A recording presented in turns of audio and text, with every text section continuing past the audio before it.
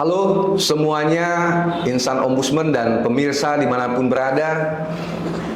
Kita luar biasa, hari ini kita masih berada di kantor perwakilan Riau. Ini masih ada di Ombudsman Republik Indonesia perwakilan Provinsi Riau.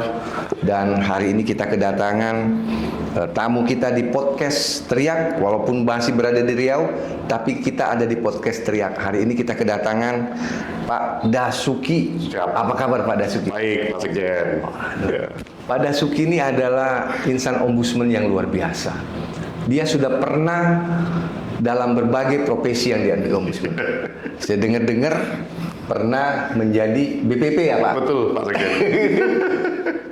Di pemeriksaan juga Pernah, Pak. Pemeriksaan Ya. juga sekarang di Di pencegahan. Nah, ini adalah sosok yang menarik. Pak Dasuki mungkin bisa cerita kepada kita semua dulu sebelum bergabung di Ombudsman, ceritanya bagaimana bisa bergabung di Ombudsman dan mungkin bisa diceritakan. Ya, sebelum saya bergabung di Ombudsman, Pak Sekjen, saya pernah bekerja di koordinator Kabupaten Gerakan Indonesia Mengajar. Oh. Di Kabupaten Bengkalis tepatnya saya di Temanggung. Dan sebelum itu juga saya pernah di Program Nasional Pemberdayaan Masyarakat Mandiri Perdesaan. Jadi udah terbiasa berkomunikasi dengan masyarakat, baik itu di level tingkat pendidikan yang variatif tentunya, ada yang tidak sekolah sampai ke ya sarjana tentunya, itu di PNPM.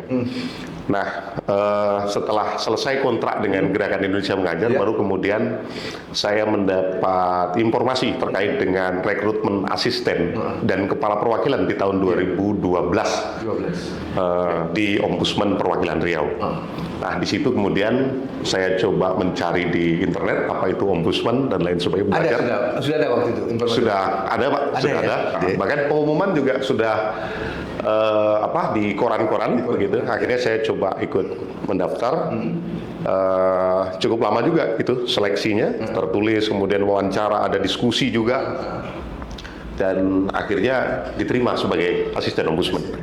Tepatnya itu di awal Oktober 2012. Awal Oktober 2012, informasinya insan ombudsman baru 4 orang ya? Baru 4 orang, betul. 4 orang. Pertama kali itu 4 orang. Jadi kalau ini namanya hutan belantara, ini orang yang nembasin hutan itu ya? Betul, Pak. Babat pertama gitu. Menarik sekali ini Pak Dasuki. Pak Dasuki, mungkin cerita tadi sudah dari latar belakang. Waktu itu kok cukup ini ya, unik ya. Asisten yang harusnya menangani laporan, pemeriksaan, tapi tiba-tiba ngurusin tentang uang juga. Mungkin bisa cerita, kok bisa kejadian seperti itu ya? Boleh, Pak. Jadi pertama kali kami kan 4 orang, ada Pak Ahmad Fitri, Kepala Perwakilan, kemudian ada Pak Dr. Edi Faisal Mutakin, kemudian ada Pak Bambang Pratama sendiri, kemudian ada saya. Nah, dari 4 orang ini, waktu itu mungkin yang paling muda saya. Jadi mungkin cocok. Ya? Paling ganteng ya? Yang hitam manis, Pak. Nah, mungkin saat itu kemudian saya ditunjuk sebagai pemegang uang muka lah, yang kemudian berubah menjadi BPP ya, sampai tahun 2015 awal. Itu ya kemudian. Karena yang dinilai mungkin ini mukanya paling polos ini. Kebetulan saya ini Pak, dulu waktu di PNPM itu kan udah terbiasa mengelola keuangan, buat neraca dan lain sebagainya itu udah terbiasa. Jadi kalau basicnya dari mana Pak Dasuki? saya di Visipol, administrasi publik. Ini luar biasa. Oke, silakan lanjut Pak. Gimana? Ya, jadi punya pengalaman di PNPM dulu, selalu mengelola keuangan sebagai bidang pemberdayaan ya. Salah satunya kan mengelola keuangan yang diprogramkan oleh PNPM itu. Nah, di situ kita harus juga buat laporan buat neraca dan lain sebagainya gitu ya. Nah, dari situ kemudian saya punya terbiasa membuat laporan keuangan. Nah, di situ merasa ini udah biasa lah, tidak begitu sulit menjadi bendahara di Ombudsman. Apalagi kita masih ada Ombudsman pusat yang selalu memberi bimbingan, arahan dan lain sebagainya. Saya kira tidak ada persoalan pada waktu itu. Luar biasa. Nah, Pak Dasuki, mungkin bisa ceritakan kesan yang paling banyak pasti menarik semua kalau di Ombudsman ya. Mungkin sedikit saja pada waktu pemeriksaan itu ada yang unik nggak? Kita bocorin sedikit kepada pemirsa ini. Iya Pak. Mungkin sebelum ke sana, saya kebetulan dulu yang paling sering membuat surat ketiga sosialisasi awal kali Pak. Kami juga masih berkantor di rumah kepala perwakilan dulu awalnya Pak Ahmad Fitri.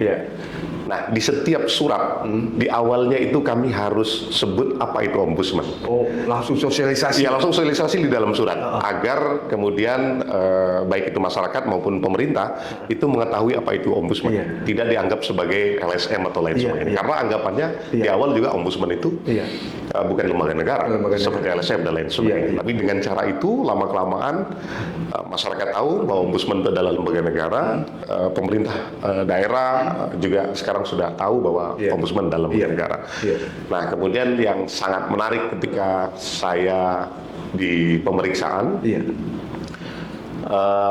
kita punya pengalaman kolaborasi, Pak. Dulu sebelum di pemeriksaan saya juga pernah di pencegahan. Di pemeriksaan, sekarang di pencegahan lagi. Nah, dulu kita ada namanya sahabat Ombudsman. Ya, sahabat Ombudsman itu ada beberapa kalangan, baik itu dari mahasiswa, ada perguruan tinggi, ada LSM, ada media dan lain sebagainya. Nah, ada satu masyarakat yang melapor pada waktu itu. Dia melaporkan bahwa anaknya sudah kelas 4 SD itu tidak bisa membaca. 4 SD tidak bisa membaca. Terus kemudian juga ada pungutan liar, ada pungli yang dilakukan oleh komite sekolah. Nah, akhirnya berdasarkan laporan masyarakat itu kami berkirim surat untuk meminta klarifikasi secara langsung. Tentu undangannya kita kirim, Pak, lewat Dinas Pendidikan di salah satu kabupaten di Riau. Nah, kemudian surat itu yang syukurnya diantar oleh pegawai Dinas Pendidikan sendiri ke sekolah tersebut. Karena ternyata, Pak, sekolah itu sangat jauh dari kota gitu ya, dijangkau sulit. Kalau hujan dia becek, kalau kemarau itu berdebu. Ya, itu berdebu. Nah, karena surat itu sampai, kemudian kepala sekolah, ketua komite, dan ada beberapa guru baik itu yang negeri maupun yang honor itu datang ke kantor kita. Kita lihat mobilnya sangat kotor sekali. Kemudian kepala sekolahnya juga pakai tongkat, mungkin udah sepuh ya, agak sepuh, Pak. Agak sepuh. Ini sekolah negeri, Pak. Nah, ketika kami minta klarifikasi, dia jelaskan dulu, Pak, bahwa sekolah yang dilaporkan ini adalah kelas jauh. Kelas jauh ini artinya ada sekolah induk, ada kelas jauhnya. Ya, dan di kelas jauh ini ternyata muridnya lebih banyak daripada yang di kelas induk. Sementara jarak antara kelas induk dengan kelas jauhnya ini 40 km. Sekolah ini kenapa di sekolah jauh ini, kelas jauh ini kenapa diletakkan di situ? Ini karena ada inisiatif, diinisiasi oleh ketua komite pada waktu itu. Yang sekarang jadi ketua komite. Ketika kami tangani waktu itu jadi ketua komite. Karena melihat banyak anak-anak kemudian tidak sekolah ataupun sekolah dia berhenti karena sekolahnya jauh gitu. Akhirnya dia mewakafkan atau menghibahkan tanahnya gitu untuk dibuat sekolah. Nah, disitulah kemudian anak-anak bisa sekolah. Dan statusnya gimana itu sekolah jauh, Pak? Tetap negeri, Pak. Tetap negeri ya? Tetap negeri, karena dia menginduk ya? Menginduk, kelas jauh. Dan gurunya ternyata itu banyak relawan. Anak-anak yang sudah pernah sekolah, tamat SMA, kemudian ngajar di situ, digaji dari hasil pungutan komite. Oke. Padahal pungutan kalau di sekolah negeri itu kan tidak boleh. Iya. Tidak boleh ya. Tapi itu terpaksa dilakukan oleh ketua komite demi untuk tetap memberikan Operasional ya, Pak? Iya, operasional, karena tidak cukup Pak kalau hanya dari ini, dari sekolah induknya. Lagi pula kita dapat informasi dari sekolah tersebut, di situ banyak anak-anak yang bukan anak luar nikah, tapi anak yang orang tuanya menikah itu tidak tercatat. Jadi kadang ada efeknya tidak ada akte kelahiran, tidak masuk dalam KK, NIK otomatis tidak punya, pengaruh pada dabotik, Pak. Pengaruh juga pada dana bos akhirnya gitu. Makanya dana bosnya juga bisa turun ke sana ya. Yang penting anak itu sekolah. Nah, akhirnya kami sarankan, waktu itu kami agak sedikit kaku dalam arti tetap tidak ada pungli, harus tidak ada pungli, tidak ada pungutan. Gitu. Nah ternyata ketika karena belum lihat ke lapangan, kami udah lewat ke lapangan Pak, sungguh memprihatinkan ininya sekolahnya. Akhirnya ketika kita sarankan tidak ada pungutan, harusnya sukarela saja, begitu kan. Sekitar 1 bulan kemudian ada salah satu guru itu nelpon saya, Pak, gurunya pada mengundurkan diri. Nah, ketika gurunya pada mengundurkan diri, nah ini sebenarnya ada kepentingan yang lebih lebih utama, artinya apa? Anak-anak harus dididik. Nah, akhirnya kami koordinasi dengan dinas pendidikan di satu kabupaten tersebut. Nah, ternyata mereka juga punya inisiasi sekolah atau kelas jauh itu nanti akan dijadikan USB atau unit sekolah baru. Berarti terlepas dari sekolah induk. Baru kemudian nanti tenaga pengajarnya, pembiayanya semuanya bisa ditanggulangi. Nah, untuk menangani atau mengatasi masalah banyak guru yang mundur, kita punya sahabat ombudsman tadi. Dari mahasiswa-mahasiswa yang sudah di akhir masa kuliahnya, biasanya kan tidak banyak lagi kuliahnya Pak. Itulah kita panggil mereka, kita ajak diskusi, kita ceritakan bahwa di sana ada sekolah yang butuh bantuan, apakah kalian bisa kerjasama, bantu mereka untuk mengajar, mungkin bergantian dengan kawan-kawan mahasiswa lainnya, 2 minggu sekali balik, 2 minggu sekali balik lain. Sukarela itu ya mereka Pak? Sukarela Pak. Mau mereka Pak. Luar biasa. Sekitar 2 bulan berjalan kena COVID, akhirnya sekolah banyak libur. Jadi gimana? Dan sekarang sudah jadi USB baru Pak. Udah USB baru? Iya, udah jadi unit sekolah baru. Berarti ini pengalaman menarik ya. Jadi kadang-kadang ketika di lapangan, ya ketika kita menegakkan aturan itu kadang-kadang terbentur dengan kondisi nyata di lapangan.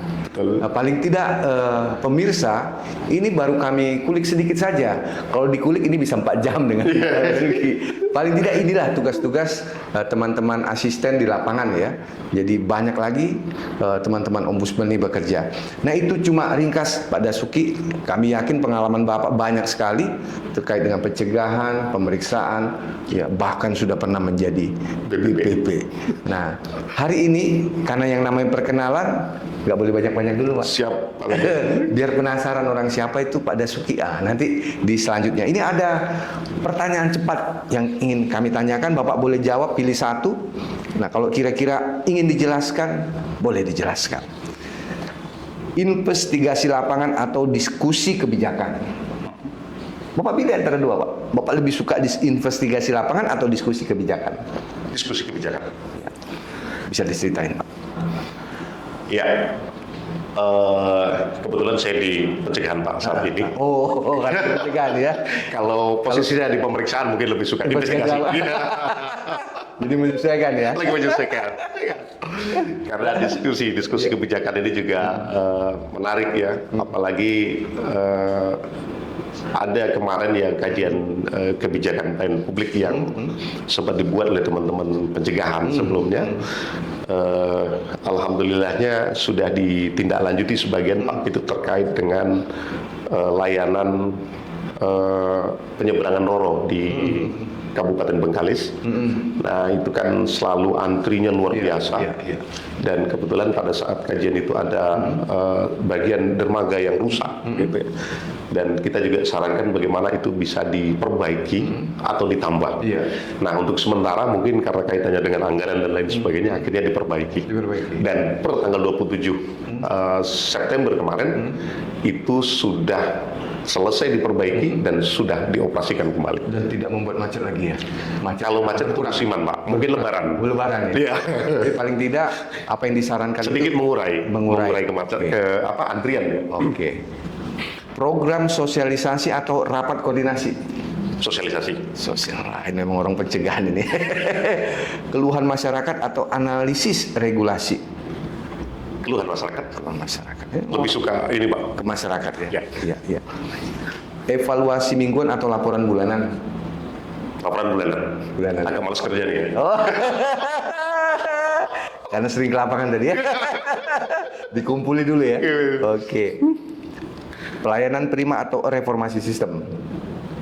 Reformasi sistem. Reformasi sistem. Apa? Lebih suka ke sana dibanding pelayanan prima? Ini Pak, rasanya kita butuh perubahan yang sistemik di ombudsman. Karena katanya ombudsman kan pengaruhnya yang diutamakan. Jadi kalau itu yang kita utamakan, perubahannya harus sistemik. Sistemik ya. Siap. Oke. Ini teriak denger nih. Ini salah satu teriak dari Mas Dasuki. Kunjungan resmi atau acara informal? Acara informal? Informal ya. Lebih banyak menyelesaikan dengan santai ya. Siap Pak. Kalau ini cenderungnya saya lebih ke pemeriksaan ini. Pendampingan langsung atau edukasi massal? Pendampingan langsung. Langsung ya? Oke. Temuan teknis atau kesimpulan umum? Temuan teknis. Teknis. Oke. Ini kalau orang berpengalaman ini kita tanya juga dia pasti bisa jawab. Oke. Kerjasama pemerintah atau kolaborasi swasta? Kedua-duanya boleh? Dua-duanya boleh tapi pilih satu. Kerja sama pemerintah Pak. Pemerintah ya? Ya. Oke. Karena untuk merubah pelayanan publik agar lebih baik itu harus pemerintah dulu. Pemerintah dulu. Oke, terima kasih. Pengawasan ketat atau peringatan dini? Peringatan dini? Peringatan dini. Pencegahan banget nih. Pencegahan. Sumber lokal atau konsultasi pusat? Boleh lagi Pak? Sumber lokal atau konsultasi pusat?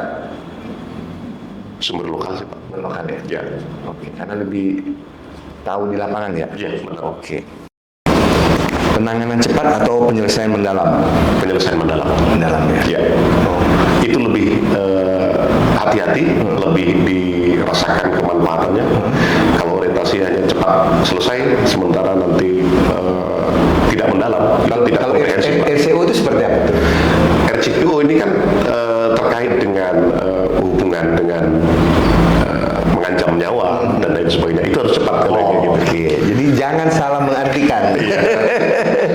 Oke, kebijakan baru atau optimalisasi aturan lama? Kalau sistemik tadi harusnya baru ya. Oke, mitra strategis atau kolaborasi internal? Mitra strategis atau kolaborasi internal? Saya keduanya sih sebenarnya ya. Tapi kalau disuruh milih kolaborasi internal lebih dahulu ya. Ada bagus di dalam baru keluar ya Pak. Ya? Oke. Kampanye preventif atau investigasi langsung? Dua-dua pernah dilakukan ini. Kalau posisi sekarang yang pertama Pak. Kampanye preventif ya. Preventif ya. Iya. Ini luar biasa. Kita sudah di 18 menit lebih. Ya walaupun sebentar. Padahal kita belum nanya-nanya itu. Kita baru perkenalan saja. Saya dengar-dengar Pak Dasuki ini kebun duriannya banyak. Iya. Tadi sudah cerita-cerita juga kita bahwa ada makanan yang khas kuliner dari sini yang katanya dapat penghargaan secara nasional. Talam durian ya. Ya. Ya. Jadi pemirsa dimanapun berada, kalau ingin mendapatkan kuliner yang enak, salah satu kudapan itu talam durian adanya di Riau. Siap. Kita promosikan, silakan datang ke Riau. Ya.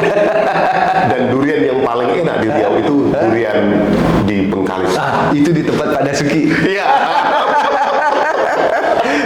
Baik, terima kasih Pak Dasuki. Sama-sama. Mungkin sebelum kita akhiri, ada pesan-pesan yang ingin disampaikan kepada pemirsa kita hari ini. Iya, kawan-kawan seluruh Indonesia. Ya. Hari ini saya diundang oleh Pak Sekjen untuk ngobrol-ngobrol santai terkait dengan saya dan Ombudsman. Karena kita bicara Ombudsman, maka jangan lelah-lelah untuk sama-sama dengan Ombudsman mengawasi pelayanan publik, memastikan bahwa pelayanan publik di Indonesia itu baik. Ombudsman tanpa kalian semua itu tidak ada apa-apanya. Karena butuh kolaborasi. Terima kasih, itu saja. Terima kasih Pak Dasuki. Jadi teman-teman, pesan teriak dari Pak Dasuki, jangan lelah bersama Ombudsman mengawal pelayanan publik untuk lebih baik lagi. Pak Dasuki, terima kasih Sama-sama, sudah Pak bersama Sekjen. dengan kami di sini. Mudah-mudahan tetap sehat bersama semua insan Ombudsman yang ada di perwakilan Riau ini, ya, mengawal bagaimana pelayanan publik untuk lebih baik lagi.